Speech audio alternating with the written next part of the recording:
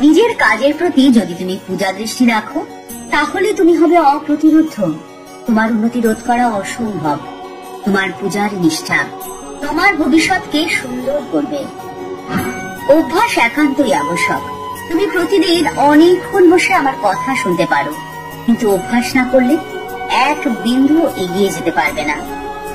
জীবনের সব ক্ষেত্রেই এগিয়ে যাওয়ার জন্য চাই সাধনা। এই সাধনার উপরেই সবকিছু নির্ভর করে। প্রত্যক্ষ অনুভূতির প্রয়োজন, না হলে সঠিকভাবে তত্ত্ব বোঝা যায় না।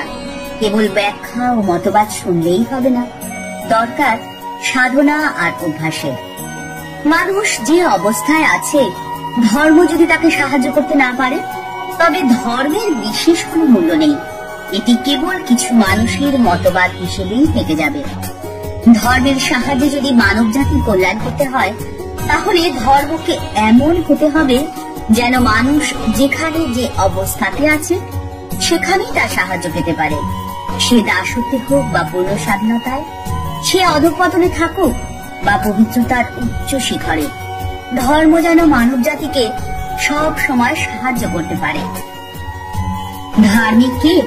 যিনি বারবার পড়ে গিয়েও বিচলিত হন না, আবার ঘুরে দাঁড়াতে পারেন, তিনি সত্যিকারের ধার্মিক।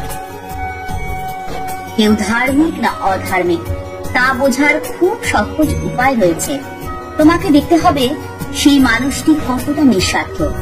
যে ব্যক্তি অধিক নিঃস্বার্থ, সেই অধিক ধার্মিক। মানুষের জীবনের চরম লক্ষ্য হল মুক্তি লাভ, আর এই মুক্তি লাভ করা যায় কেবল পূর্ণ নিঃস্বার্থপরতার থেকেই। প্রত্যেকটি স্বার্থশূন্য কাজ, প্রত্যেকটি নিঃস্বার্থ চিন্তা, প্রত্যেকটি নিঃস্বার্থ বাক্য আমাদের নিয়ে যায় সেই আদর্শের দিকেই। তোমাদের উপাসনা করতে হবে শুদ্ধ চিত্ত হয়ে এবং অপরের কল্যাণ করে। নিজের মনকে সব সময় ঈশ্বর চিন্তায় নিমগ্ন করে রাখবে।